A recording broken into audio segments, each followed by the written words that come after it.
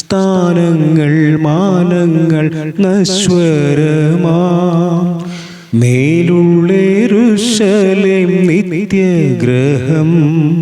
നമ്മുടെ ഇടയിൽ ഇപ്രാവശ്യം പഞ്ചായത്തിൽ ഏതാണ്ട് കേരളത്തിൽ 100ഓളം ബന്ദിക്കോസ്തുകാർ ജയിച്ചു വന്നു എന്നാണ് കേട്ടത്. തുടങ്ങിയിരിക്കുന്നു. അത് മാനുഷിക ഭരണം, അത് വർദ്ധിക്കട്ടെ. നിശ്ചയമായും ബന്ദിക്കോസ്തുകാർ രാജ്യഭരണത്തിൽ പ്രവേശിക്കേണ്ടത് ദേശത്തിന്റെ ആവശ്യമാണ്, നമ്മുടെയും ആവശ്യമാണ്. നമുക്ക് സ്വന്തമായി ഒരു MLA-യോ MP-യോ ഒക്കെ ഈ രാജ്യത്തുണ്ടാകേണ്ടത് ഈ രാജ്യത്തിലെ പൗരന്മാർ എന്ന നിലയിൽ നമ്മൾ തീരെ ചെറിയ ഒരു സംഖ്യ അല്ല, ഒരു വലിയ സംഖ്യ പെന്തിക്കോസ്തുകാർ കേരളത്തിന്റെ എല്ലാ നിയോജക മണ്ഡലങ്ങളിലുമുണ്ട് എന്ന് നമ്മൾ അറിയണം. ഇത് നമ്മുടെയും കൂടി അവകാശമാണ്, ഈ രാജ്യത്തിന്റെ ഭരണവും കാര്യങ്ങളും. ആകയാൽ അതൊന്നും കൂടി ദൈവജനം ഉത്സാഹിക്കേണ്ടതും ആവശ്യമാണ്. അതിനെ നിരുത്സാഹപ്പെടുത്തി ഇതെല്ലാം ലോകമയത്വമാണ് എന്ന് പറഞ്ഞു നിൽക്കുന്ന ശാസ്ത്രം നിർത്തി ദൈവഭക്തരായവർ, ദൈവം അകത്തു വാഴുന്നവർ നീതിയോടെ ന്യായത്തോടെ രാജ്യത്തിന് സമ്മാനം കൊടുക്കാൻ, രാജ്യത്തിന് നേതൃത്വം കൊടുക്കാൻ എഴുന്നേൽക്കണമെന്നുള്ള ദൈവത്തിന്റെ ഇഷ്ടം തന്നെയാണ്. ദൈവത്തിന്റെ ഭക്തനായ മോശെ, അങ്ങയുടെ കണ്ണ് കുരുടായിപ്പോയോ? ഒരല്പകാലം പിടിച്ചു നിന്നാൽ മിസ്രയീമിലെ രാജാവ്. ലഭിക്കുന്നത് ലോക അത്ഭുതങ്ങളിലൊന്നായ പിരമിഡ് മരണശേഷം ഒന്ന് അങ്ങേക്കായി വേർതിരിച്ചിരിക്കുന്നു. ലോക ചരിത്രത്തിൻ്റെ ഏടുകളിൽ എന്നേക്കും മായാത്ത വിധത്തിൽ കുറിക്കപ്പെടുവാൻ വലിയൊരു ശവസംസ്കാരം. മിസ്രയീമിലെ സ്വത്തുക്കളും മഹത്തുക്കളും എല്ലാം നിയന്ത്രിക്കുവാൻ അങ്ങേക്ക് അവസരം. പക്ഷേ ക്രിസ്തുവിൻ്റെ നിന്നയം ഭാഗ്യമായി കണ്ടുകൊണ്ട്, ശ്രേഷ്ഠതയേറിയതായി കണ്ടുകൊണ്ട് ഈ പദവികളൊക്കെ പരിത്യജിച്ച് കളഞ്ഞില്ലേ? അല്ല, അന്ന് ക്രിസ്തു ജനിച്ചായിരുന്നു. ഇന്ന് ഞങ്ങൾ ക്രിസ്തുവിൻ്റെ സ്നേഹമറിയുന്നവരും ക്രിസ്തുവിൻ്റെ യേശുവിൻ്റെ രക്തത്താൽ വീണ്ടെടുക്കപ്പെട്ടവരും ക്രിസ്തുവിൻ്റെ സകലവിധ അനുഗ്രഹങ്ങളും അനുഭവിച്ചുകൊണ്ടിരിക്കുന്ന ഞങ്ങൾക്ക് കഴിയാത്ത കാര്യങ്ങൾ ആത്മാവിൽ ക്രിസ്തുവിനെ കണ്ടുകൊണ്ട് അങ്ങത് പരിത്യജിച്ച് കളഞ്ഞുവല്ലോ. ലോകത്തിൻ ഭാരത കോമളത്വം, വസ്തുവകകൾ, പൊന്നാണയങ്ങൾ, സ്ഥാനങ്ങളും മാനങ്ങളും നശ്വരമായത് സകലതും വെടിഞ്ഞുകൊണ്ട് തനിക്ക് വേണ്ടി ജീവൻ വച്ച യേശുവിൻ്റെ സ്നേഹത്തിനും അവൻ്റെ നാമത്തിനും വേണ്ടി സകലതും ത്യജിക്കപ്പെട്ട് ഇറങ്ങിത്തിരിച്ച ദൈവത്താൽ അനുഗ്രഹിക്കപ്പെട്ട ഞങ്ങളുടെ ശ്രേഷ്ഠ മാതാവ് അന്നമ്മ മാമൻ, ഞാൻ ആദ്യം സകല അധികാരമോഹികൾക്കും വേണ്ടി അവിടത്തേക്ക് ക്ഷമാപണം നടത്തുന്നു. ലോകമാം ഗംഭീരവാരധിയിൽ എന്ന പാട്ടെഴുതിൻ്റെ പശ്ചാത്തലം കേട്ടറിവുണ്ട്. ആ ക്രിസ്തുവിൻ്റെ സ്നേഹമറിഞ്ഞപ്പോൾ സകലതും വലിച്ചെറിഞ്ഞുകൊണ്ട്, സകല ബന്ധങ്ങളെയും മുറിച്ചു മാറ്റിക്കൊണ്ട്, എങ്ങോട്ട് എവിടേക്ക് എന്നറിയാതെ ക്രിസ്തുവിനെ മാത്രം മുന്നിൽ കണ്ടുകൊണ്ട് യാത്ര ചെയ്ത പ്രിയ മാതാവേ, അവിടത്തേക്ക് ഞാൻ പ്രിയമാതാവിനോട് ഈ അധികാര സ്ഥാനമോഹികൾക്ക് വേണ്ടി ക്ഷമാപണം നടത്തുന്നു. എന്തിനു വേണ്ടി? ഞങ്ങളുടെ ജീവിതത്തിൽ പലപ്പോഴും ആ പാട്ടുകൾ പാടി ഞങ്ങൾ ആശ്വസിച്ചിട്ടുണ്ട്, ആസ്വദിച്ചിട്ടുണ്ട്, ആനന്ദിച്ചിട്ടുണ്ട്. സഭായോഗത്തിൽ ഒരു പാട്ടും കൂടി പാടാമെന്ന് പറഞ്ഞപ്പോൾ ആ ഗ്യാപ്പ് നികത്താനെങ്കിലും ഞങ്ങൾ പാടിയിട്ടുണ്ട്. അല്ല, അതിൻ്റെ ഓരോ വരികളും ഞങ്ങളുടെ ഹൃദയത്തെ തട്ടി ഉണർത്തിയതുകൊണ്ട് വീണ്ടും വീണ്ടും ആവർത്തിച്ച് പാടിയിട്ടുണ്ട്. ക്രിസ്തുവിൻ്റെ സ്നേഹം ഉള്ളിൽ തങ്ങിയപ്പോൾ ആ ജീവൻ ക്രൂസിൽ ഞങ്ങൾക്ക് വേണ്ടി തന്നതുകൊണ്ട് ഞങ്ങളുടെ ജീവൻ വയ്ക്കുവോളും ആ ക്രൂശിനെ നോക്കി യാത്ര ചെയ്യുമെന്നും ഹൃദയത്തിൻ്റെ ആഴത്തിൽ നിന്ന് പാടിയിട്ടുണ്ട്. പക്ഷേ ആ കാഴ്ചപ്പാടുകളെല്ലാം മറന്ന് ഇന്ന് എങ്ങനെ സ്ഥാനമാനങ്ങൾ നേടിയെടുക്കാം, പൊൻനാണയങ്ങൾ എങ്ങനെ സംഭരിച്ചു കൂട്ടാം എന്നുള്ള ലക്ഷ്യത്തിൽ ക്രൈസ്തവ ലോകത്തിൽ ചിലരൊക്കെ ആയിക്കഴിഞ്ഞു. വേറിട്ട ചിന്തയുടെ എല്ലാ മാന്യ ശ്രോതാക്കൾക്കും എൻ്റെ സ്നേഹവന്ദനം. എൻ്റെ ചാനലിൽ പലപ്പോഴും ഞാൻ പറഞ്ഞിട്ടുള്ളതുപോലെ ഒരു വ്യക്തിയെയോ ഒരു സംഘടനയെയോ ഞാൻ മനഃപൂർവ്വമായി ആക്ഷേപിക്കാനോ അവരെ വ്യക്തിപരമായി പരാമർശിക്കാനോ ഞാൻ തയ്യാറാക്കുന്നില്ല. ഈ ദൈവദാസൻ, അദ്ദേഹം പ്രതിനിധാനം ചെയ്യുന്ന സഭ, ഇത് രണ്ടും ഞാൻ മറന്നു കളയുന്നു. ഇത് രണ്ടും എനിക്ക് പ്രശ്നമല്ല. അവർ അവരുടെ കാഴ്ചപ്പാട് പ്രകാരം പോകട്ടെ. പ്രസ്തുത സഭയുടെ ഒരു കൺവെൻഷൻ അടൂർ ഏകദേശം 2 വർഷങ്ങൾക്കുള്ളിൽ നടന്നപ്പോൾ അവിടെ ഒരു ഡാൻസ് നടന്ന് പുറലോകം അതറിയുന്നതിന് മുൻപ് തന്നെ അന്ന് രാത്രിയിൽ തന്നെ എനിക്ക് അവിടെ നിന്ന് ഒരു വ്യക്തി വാട്സാപ്പ് ചെയ്തു തന്നു. ഇതിനെക്കുറിച്ച് ദൈവദാസനൊന്ന് പ്രതികരിക്കാമോ എന്ന് ചോദിച്ചു. എൻ്റെ ഒരു അടുത്ത സ്നേഹിതനായിരുന്നു. ഞാൻ സോറി പറഞ്ഞു. വേറിട്ട് ചിന്തകൾ എന്നുള്ള ചാനൽ അതിനുള്ളതല്ല.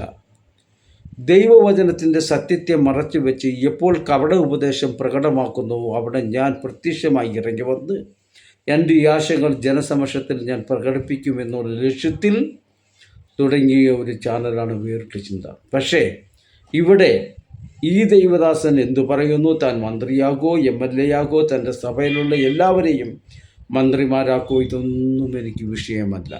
ഞാൻ ഈ വീഡിയോ ചെയ്യുന്നത് അവരെയൊട്ട് നന്നാക്കാനുമല്ല, അവരിലൊട്ട് ബോധം ജനിപ്പിക്കാനോ കുറ്റബോധം അവരിൽ ഉളവാക്കിയെടുക്കുവാനുമല്ല.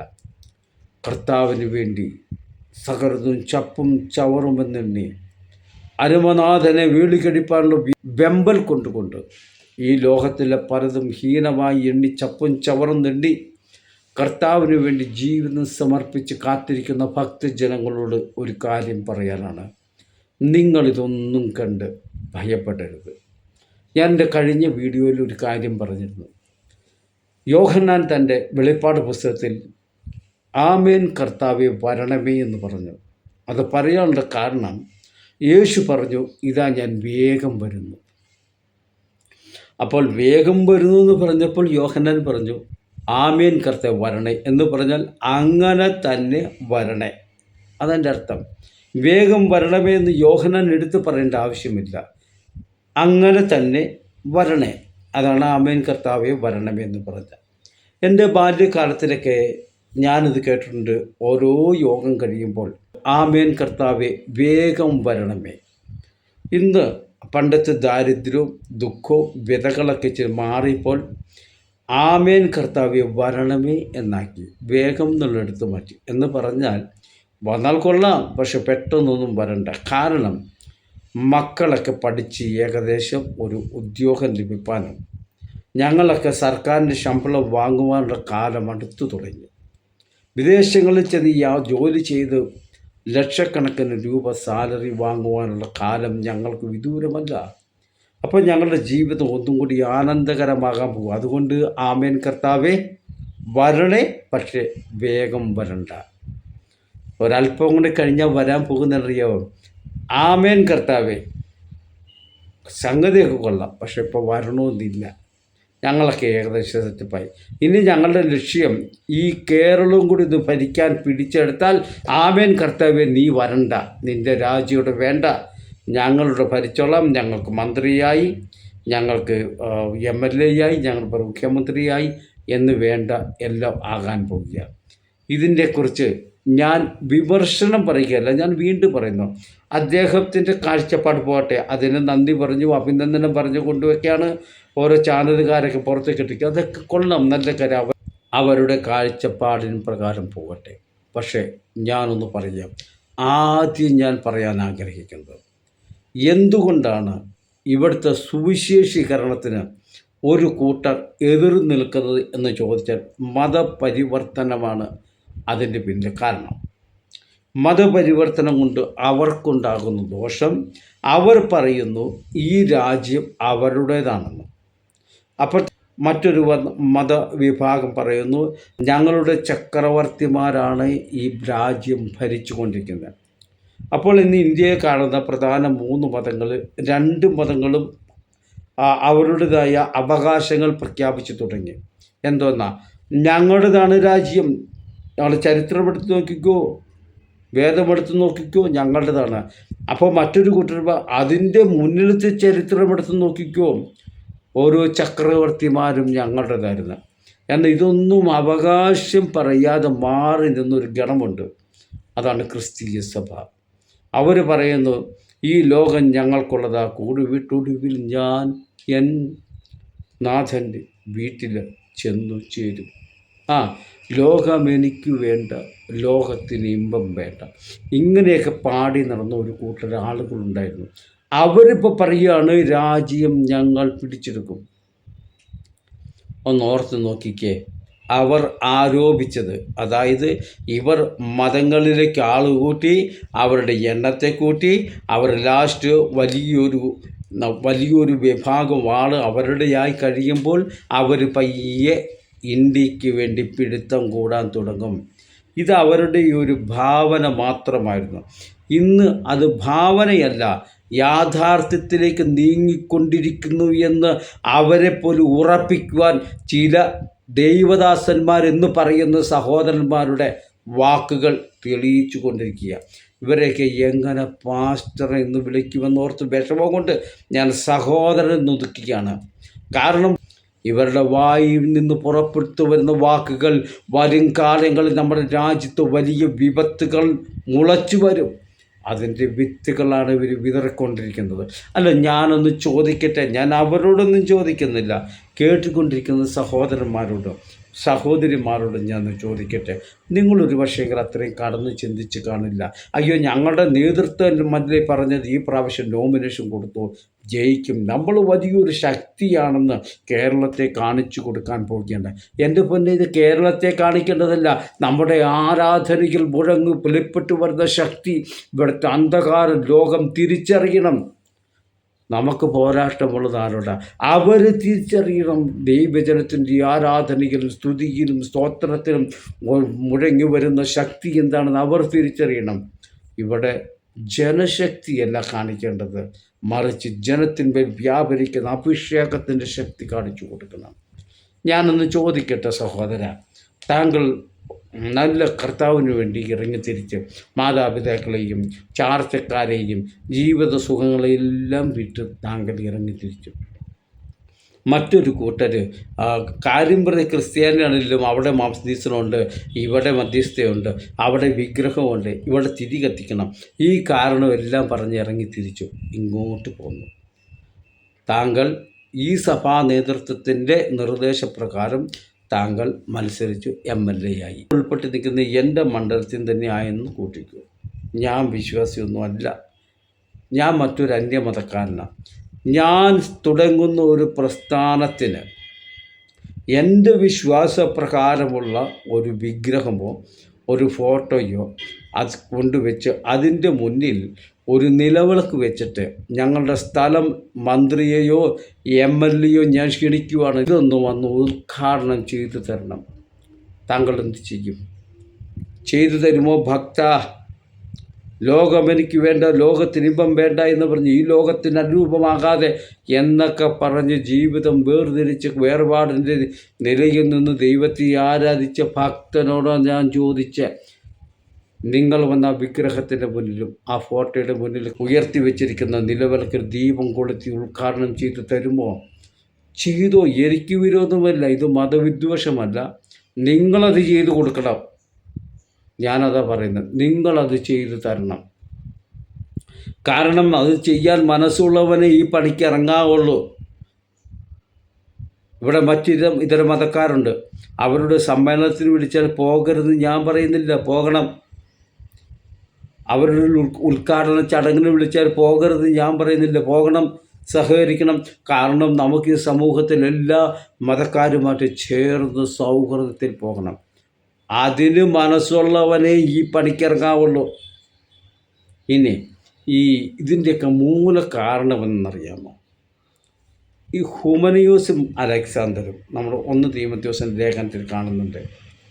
അവർ ദൂഷണം പറയാതിരിക്കാൻ പഠിക്കേണ്ടതിന് ഞാൻ അവനെ സാത്താനെ ഏൽപ്പിച്ചു കൊടുത്തു. പൗലോസ് പറയുന്ന അതിനൊരു കാരണമുണ്ട്. അവരുടെ നല്ല മനസാക്ഷി തള്ളിക്കളഞ്ഞിട്ട് വിശ്വാസ കപ്പൽ തകർന്നു പോയി. നമുക്കൊരു നിമിഷം അതിനെക്കുറിച്ച് നിന്നൊന്ന് ചിന്തിക്കാം. നല്ല മനസാക്ഷി തള്ളിക്കളഞ്ഞിട്ട് വിശ്വാസ കപ്പൽ തകർന്നു പോയി. എന്താണ് വിശ്വാസ കപ്പൽ? ഞാൻ ഈ പറഞ്ഞ പാട്ടിൽ നമ്മുടെ ബഹുമാന്യ മാതാവ് അന്നമ്മ മാമൻ എഴുതിയ പാട്ടിനകത്തുണ്ട്, വിശ്വാസ കപ്പലിലോടിയിട്ട്. നമുക്ക് യാത്ര ചെയ്യാൻ ഇവിടെ പലതരം വാഹനങ്ങളുണ്ട്. കരയിൽ ഓടുന്ന 2 തരം വാഹനമാണ്. ഒന്ന് റോഡിലൂടെ ഓടുന്നു, ഒന്ന് അതിൻ്റെ പാളത്തിലൂടെ ഓടുന്നു. അന്തരീക്ഷത്തിലൂടെ യാത്ര ചെയ്യാൻ വിമാനമുണ്ട്. എന്നാൽ ഇതിൽ നിന്നും വ്യത്യസ്തമായൊരു യാത്രാ വാഹനമാണ് കപ്പൽ. അതിൻ്റെ 2-3 പ്രത്യേകതകൾ നമുക്ക് നിന്ന് ചിന്തിക്കാം. ഇത് ഈ ഭൂമിയിലുള്ള ഒരു വാഹനമാണ്, പക്ഷേ ഇതിന് ഭൂമിയുമായിട്ട് നേരിട്ട് ബന്ധമില്ല. കാരണം ഇത് വെള്ളത്തിൽ പൊന്തിക്കിടക്കുന്നത് കൊണ്ട് മണ്ണുമായിട്ട് കരയുമായിട്ടൊരു ബന്ധമില്ല. അങ്ങനെ ബന്ധം വന്നാൽ അതിൻ്റെ യാത്ര മുന്നോട്ട് പോകുകയില്ല. വലിയ തിയോളജിയൊക്കെ പഠിച്ച് ഭയങ്കര തത്വശാസ്ത്രം പ്രസംഗിക്കുന്ന സഭാ നേതൃത്വത്തോട് പറയുക, വിശ്വാസ ട്രെയിൻ എന്ന് പറഞ്ഞില്ല, വിശ്വാസ ബസ് എന്ന് പറഞ്ഞില്ല, വിശ്വാസ വിമാനം എന്ന് പറഞ്ഞില്ല, വിശ്വാസ കപ്പലെന്ന് പറയുവാൻ ഈ ലോകത്തിൽ സഞ്ചരിക്കുന്നൊരു വാഹനമാണെങ്കിലും ഈ ലോകത്തിൻ്റെ മണ്ണിലും കരയിലും നീ ഉറച്ചു നിൽക്കാൻ പാടില്ല. ഉറച്ചു നിന്നാൽ നിന്റെ യാത്ര മുന്നോട്ട് പോകുകയില്ല. മാത്രമല്ല ഇത് വെള്ളത്തിലൂടെ യാത്ര ചെയ്യുന്നതാണ്. വെള്ളമുണ്ടെങ്കിലേ ഇതിന് യാത്ര ചെയ്യാൻ പറ്റത്തുള്ളൂ. പക്ഷേ ഇതിനകത്ത് വെള്ളം കയറാൻ പാടില്ല. വീണ്ടും പറയുന്നു, വെള്ളത്തിലൂടെ യാത്ര ചെയ്യുന്നൊരു ഒരു വാഹനമാണ് കപ്പൽ. ഉണ്ടെങ്കിലേ ഇതിന് യാത്ര മുന്നോട്ട് പോകാൻ പറ്റുകയുള്ളൂ. പക്ഷേ വെള്ളം ഇതിനകത്ത് കയറാൻ പാടില്ല. ഇതിനകത്ത് കയറിയെങ്കിൽ അതിൻ്റെ അർത്ഥം വില മനസാക്ഷി തള്ളിക്കളഞ്ഞു. ഈ പറയപ്പെടുന്ന സഭയൊക്കെ ദർശനം വെളിപ്പാട് പ്രാപിച്ച് സ്ഥാപിച്ച ചില പിതാക്കന്മാരായ ആളുകളുണ്ട്, സ്ഥാപകരെ. അവരൊക്കെ നിശ്ചയമായും ഇതിനോട് ശക്തമായ എതിർപ്പ് പ്രകടമാക്കി തികച്ചും ലോകത്തോട് വേറിട്ട് നിന്ന് തുടങ്ങിയ പ്രസ്ഥാനമാണെന്ന് മനസ്സിലാക്കിക്കൊണ്ട് ഇതിൻ്റെയൊക്കെ ഭരണതലത്തിലിരിക്കുക. നല്ല മനസാക്ഷി എപ്പോൾ തള്ളിക്കളഞ്ഞോ അവിടെ വിശ്വാസ കപ്പൽ തകർന്നുപോയി. വിശ്വാസ കപ്പൽ എപ്പോൾ തകർന്നുവോ വെള്ളം അതിനകത്ത് ഇരച്ചു കയറി. ഇതല്ല സംഭവിച്ചത്. സത്യത്തിൽ മനസ്സാക്ഷിയോട് ചോദിക്കുക.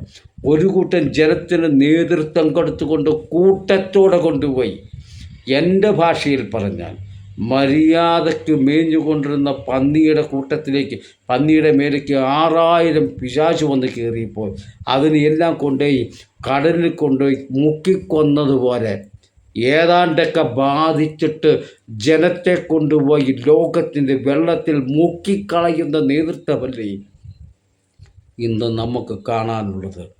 അവരോടൊന്നും എനിക്കൊരു വിരോധമില്ല. പക്ഷേ കർത്താവിൻ്റെ വരവിന് വേണ്ടി കാത്തിരിക്കുന്ന ദൈവമക്കളെ, നിനക്കൊരു ഓട്ടുണ്ടെങ്കിൽ നീ അത് പോയി ചെയ്യുക. വളരെ അഭിമാനത്തോടു കൂടിയ ഞാൻ പറയുന്നത്, ഞങ്ങൾക്ക് 100 പഞ്ചായത്ത് മെമ്പറുണ്ട്. ഞാനൊന്ന് ചോദിക്കട്ടെ, നാടിൻ്റെ ഓരോ ഫംഗ്ഷനും വരുന്നത് ഞായറാഴ്ചയാണ്.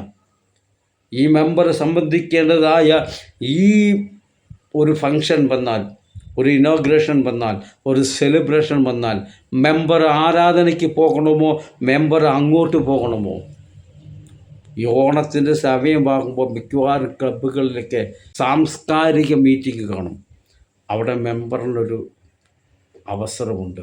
ഞായറാഴ്ച രാവിലെയാണ് അത് ഉദ്ഘാടനം ചെയ്യേണ്ടതുമെങ്കിൽ ഭക്തനായ മെമ്പറെ, ഭക്തയായ മെമ്പറെ, നീ ആയിരിക്കുന്ന സമൂഹത്തിൽ നിനക്ക് വേണ്ടി വോട്ട് ചെയ്ത് ജയിപ്പിച്ചെടുത്ത ഗ്രാമത്തിൻ്റെ ഒരു ആഘോഷം വരുമ്പോൾ അതിൽ ഫംഗ്ഷൻ ഉദ്ഘാടനം ചെയ്ത് കൊടുക്കാൻ പോകുമ്പോൾ നിനക്ക് വേണ്ടി കാൽവരി ക്രൂശിൽ രക്തമൊഴുക്കി തൻ്റെ ജീവനെ വെടിഞ്ഞ് നിനക്ക് രക്ഷ ഒരുക്കി തന്ന കർത്താവിനെ നീ ആരാധിക്കാൻ പോകുന്നു. ഇവിടെയാണ് അപ്പോസ്തലനായ പൗലോസ് എബ്രായർക്കെഴുതിയ ലേഖനത്തിൽ പറയുന്ന വാക്യം, ചിലർ ചെയ്യുന്നത് പോലെ നിങ്ങളുടെ സഭായോഗങ്ങളെ ഉപേക്ഷയായി വിചാരിക്കരുത്. ഈ പ്രാവശ്യം 100ഓളം പഞ്ചായത്ത് മെമ്പർമാർ പഞ്ചായത്തുകൾ ഭരണത്തിലേക്ക് വന്നെന്ന അഭിമാനത്തോടു കൂടി പറഞ്ഞ് എന്നോട് നിങ്ങൾ ചോദിക്കൂ, ഇവരിൽ എത്ര പേർ അന്ന് ആരാധന കൂടിയായിരുന്നു? ഈ ജയിച്ചതിന് ശേഷം എത്ര ആരാധനകൾ മുടക്കി എന്ന് ചോദിച്ചേ. സത്യത്തിൽ വളരെ വേദനയുണ്ട്. എനിക്കിത് പറയാനുള്ള 100% പ്രാഗൽഭ്യമുണ്ട്. ഞാൻ ചിലപ്പോഴൊക്കെ ചിലരെയൊക്കെ കണ്ടിട്ട് എൻ്റെ പിതാവിനെ ഞാൻ വളരെ കുറ്റം പറയാറുണ്ട് മനസ്സിൽ. കാരണം 1953 രജിസ്റ്റർ ചെയ്ത ഒരു പ്രസ്ഥാനമായിരുന്നു എൻ്റെ പിതാവ് നടത്തിക്കൊണ്ട് പോകുന്നത്. സ്വതന്ത്ര സഭയെ ഹൈറേഞ്ചിൻ്റെ പ്രവേശന കാലത്ത് ആരംഭിച്ചൊരു പ്രസ്ഥാനമാണ്. അന്നൊക്കെ പണം കിട്ടുവാൻ, സ്ഥാനങ്ങൾ നേടുവാൻ വളരെ വാഗ്ദാനമായി പലരും വന്നപ്പോൾ പിതാവ് പകർന്ന അഭിഷേകം കളഞ്ഞിട്ട് ലോകത്തിലൊന്നും വേണ്ട എന്ന് പാടിയ എന്ന് പറഞ്ഞ് തനിക്ക് ലഭിച്ച കാഴ്ചപ്പാടിൽ ഉറച്ചു നിന്ന് പ്രവർത്തിച്ച ഒരു ദൈവദാസൻ്റെ മകനാണ് ഞാൻ. ഒരു പക്ഷേങ്കിൽ താൻ എഴുതിയൊരു പാട്ട് നിങ്ങളിൽ കേൾക്കുന്നവരിൽ 99% ആളുകൾക്കും അറിയാവുന്നത് പാടിയിട്ടുള്ള പാട്ടാണ്. തകർത്ത ഇടി മുഴക്കം പോലെ, പെരുവെള്ളത്തിന് ഇരച്ചിൽ പോലെ, ഹല്ലേലൂയ ഹല്ലേലൂയ ഹല്ലേലൂയ എന്നുള്ള പാട്ട് എൻ്റെ പിതാവ് എഴുതിയ പാട്ടാണ്. ആ വ്യക്തിക്ക് പല അവസരങ്ങളും പറഞ്ഞു, ഞങ്ങളുടെ ഭാരവാഹികൾ വിദേശത്ത് നിന്ന് വരുമ്പോൾ മാത്രം നിങ്ങളൊരു ബോർഡ് വയ്ക്കുക, 2-3 ദിവസത്തെ യോഗം നടക്കും. അന്ന് ഞങ്ങൾ പറയുന്നത് പോലെ ഇരുന്ന് ആരാധിക്കുക. ഞങ്ങൾ പോയി കഴിയുമ്പോൾ നിങ്ങളുടെ ബോർഡ് എടുത്ത് വയ്ക്കുകയോ കൂട്ടുകയോ പാടുകയോ തുള്ളുകയോ മറിയുകയോ എന്തും ചെയ്തോ. നിങ്ങൾക്ക് എന്തൊക്കെ വേണോ, അനാഥശാല വേണോ, ഓൾഡേജ് ഹോം വേണോ, എന്തൊക്കെ വാക്തത്വങ്ങളുമായി വന്നു.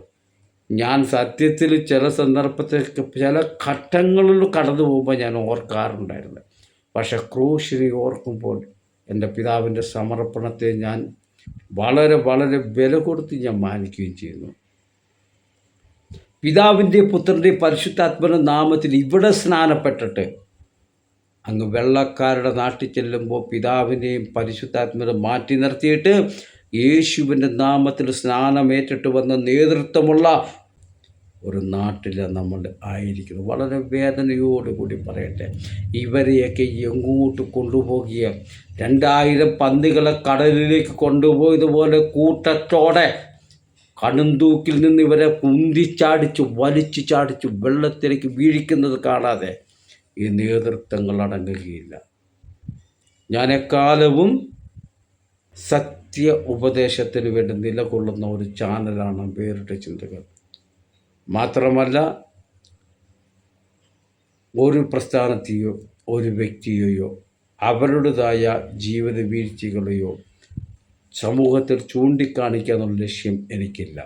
പക്ഷേ ദർശനം പ്രാപിച്ച് ജനത്തെ ദുരുപദേശത്തിലൂടെയോ തെറ്റായ ഗൈഡൻസിലൂടെയോ ജനത്തെ നശിപ്പിക്കാൻ നോക്കിയാൽ അവരെ സത്യം പറഞ്ഞ് ഗ്രഹിപ്പിക്കുക എന്നുള്ള ലക്ഷ്യം കൂടി ഉള്ളത് കൊണ്ട് ഞാനിതിനൊന്നും പ്രതികരിച്ചു എന്ന് മാത്രം. അതുകൊണ്ട് ഈ ഇദ്ദേഹം പറയുന്ന ആശയത്തെ ചില ശാസ്ത്രമൊക്കെ പൊളിച്ചെഴുതണമെന്നാണ് പറയുന്നത്, ലോകമയത്വം ആയിരുന്നെന്ന്. ഏതായാലും കർത്താവിന് വേണ്ടി, വിശ്വാസ ജീവിതത്തിന് വേണ്ടി സകലതും പരിത്യജിച്ചിറങ്ങി തിരിച്ച ദൈവജനത്തോട് ഞാൻ വളരെ പ്രത്യാശയുടെ വാക്കുകൾ പറയാൻ ആഗ്രഹിക്കുന്നു. ഇതൊന്നും കണ്ട് നിങ്ങൾ ഭാരപ്പെടരുത്. ഇതൊക്കെ സംഭവിക്കേണ്ടത് തന്നെയാണ്. ഞാൻ പറഞ്ഞുവല്ലോ, എൻ്റെ പിതാവിനാൽ ഈ ദേശത്ത് തുടങ്ങിയ ഒരു പ്രവർത്തനം ഏകദേശം 40 മുകളിൽ സഭകളുണ്ടായിരുന്ന സമയത്ത് അതിനെ ഇതുപോലെ ചില അധികാരമോഹത്തോടുകൂടി കയറി വന്നവർ പിച്ചി ചീന്തിക്കളഞ്ഞു. ഇന്നും ഞാനായിരിക്കുന്ന എൻ്റെ വീട്ടിലുള്ള എൻ്റെ പിതാവിൻ്റെ മേശയ്ക്കകത്ത് കേരളത്തിൻ്റെ പല ജില്ലകളിലുമുള്ള ആരാധനാലയത്തിന് വേണ്ടി എഴുതി തന്ന സ്ഥലത്തിൻ്റെയും സെമിത്തേരിയുടെയും ആധാരമിരിപ്പുണ്ട്. ഇന്നും എൻ്റെ പക്കലുണ്ട്. കർത്താവിൻ്റെ വേല എന്താണെന്ന് തിരിച്ചറിഞ്ഞതുകൊണ്ട് അതെല്ലാം അടക്കിയോടെ വെച്ചു. ഒരു പക്ഷേങ്കിൽ ഇത് കേൾക്കുന്നവരിൽ പലർക്കും അറിയാവുന്ന യാഥാർത്ഥ്യമാണ്. ഞാൻ എൻ്റെ വാക്കുകളോട് ചുരുക്കുകയാണ്. ഈ ലഭിച്ച സഭയെ പോലും നേരാവണ്ണം ഭരിച്ച് കാണിക്കുവാൻ കഴിയാത്തവർ, ഭരണത്തിൽ 100% പരാജയപ്പെട്ട് കേസും പ്രശ്നങ്ങളുമായി കോടതികൾ കയറി ഇറങ്ങി നടക്കുന്നവരാണിന്ന് കേരളം ഭരിക്കുവാൻ വെമ്പൽ കൊള്ളുന്നത്. ഞാൻ അതിനകത്തൊന്ന് പറയട്ടെ, ഇവിടെ ഭരിക്കാൻ കിട്ടിയ സഭ ഭരിക്കാൻ അറിയാൻ പാടില്ലെങ്കിൽ, അതിൽ തോറ്റുപോയെങ്കിൽ കേരള ഭരണത്തിലെങ്കിലും നമ്മുടെ മികവൊന്ന് കാണിച്ച് ഒന്ന് രക്ഷപ്പെടുത്തിയെടുത്താൽ കൊള്ളാം എന്നുള്ള ആഗ്രഹത്തോടു കൂടി ഞാൻ എൻ്റെ വാക്കുകൾ ചുരുക്കുന്നു. ആർക്കെങ്കിലും വേദനിച്ചുവെങ്കിൽ തീർച്ചയായും എനിക്ക് വലിയ സന്തോഷമാണ്. കാരണം കുറ്റബോധം ഉണ്ടാകുമ്പോഴാണല്ലോ വേദനയുണ്ടാക്കുന്നത്. ആ വേദനയ്ക്ക് നിങ്ങൾ തന്നെ പരിഹാരം കണ്ട് പൂർവ്വപിതാക്കളാം അപ്പോസ്തലർ ദൂരവേ ദർശിച്ച് ഭാഗ്യദേശം, അങ്ങനെ ദൂരെ നിന്ന് അതിന് ദർശിച്ചിട്ട് അതിലേക്കുള്ള യാത്ര കർത്താവ് എന്താണ് വാഗ്ദത്തം ചെയ്തിരിക്കുന്നത്, അതിനു വേണ്ടി പ്രത്യാശയോടെ യാത്ര ചെയ്യാമെന്ന് ആഹ്വാനം ചെയ്തുകൊണ്ട് ഞാൻ എൻ്റെ വാക്കുകൾ വിരമിക്കുന്നു. ദൈവം നമ്മെ ഏവരെയും അനുഗ്രഹിക്കട്ടെ.